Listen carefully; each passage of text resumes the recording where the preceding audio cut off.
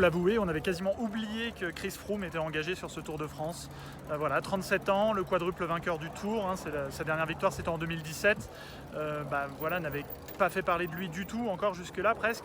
Et là, il était dans la bonne échappée, il était vraiment dans le coup et on a même cru qu'il remporterait son premier gros succès depuis, tenez-vous bien, 1509 jours. Et oui, ça fait une paille, c'était sur le Giro 2018 qu'il a eu une victoire d'envergure et depuis, franchement, plus rien du tout. Il a eu un grave accident sur le Dauphiné, évidemment, en 2019, hein, qui a impacté ses performances.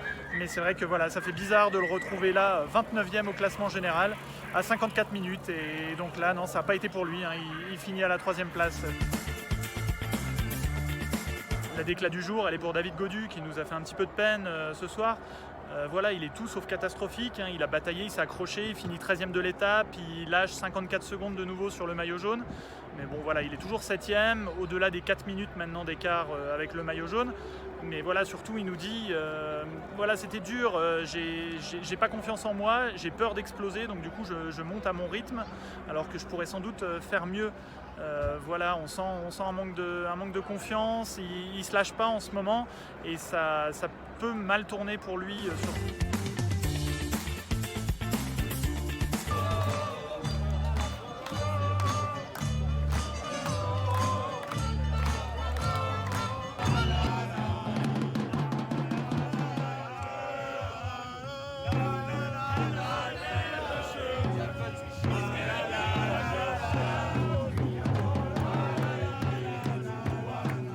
Ça fait 4 ans hein, que le Tour de France ne s'était plus arrêté en haut de l'Alpe d'Huez et franchement on a senti que les gens étaient ravis de retrouver cette étape mythique. Il y avait un monde de dingue, des milliers et des milliers de gens agglutinés là, dans les 21 virages qui mènent à la station d'Isère et franchement c'était la folie, même pour nous, hein, on est arrivé plus de 3 heures avant l'arrivée des coureurs et en voiture c'était super dur de se frayer un chemin, les gens étaient déjà vraiment agglutinés vers le centre de la route, il y avait des Danois, des Néerlandais qui hurlaient de partout, des gens déguisés, il commence à y avoir un peu des fumigènes, des pancartes Santé Marion, enfin il y avait tous les délires possibles et imaginables et franchement ça fait du bien, c'était quand même une super journée en termes d'ambiance en tout cas.